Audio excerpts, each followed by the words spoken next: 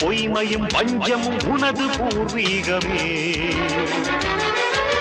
ரத்தமும் வேர்வையும் எனது ராஜாங்கமே.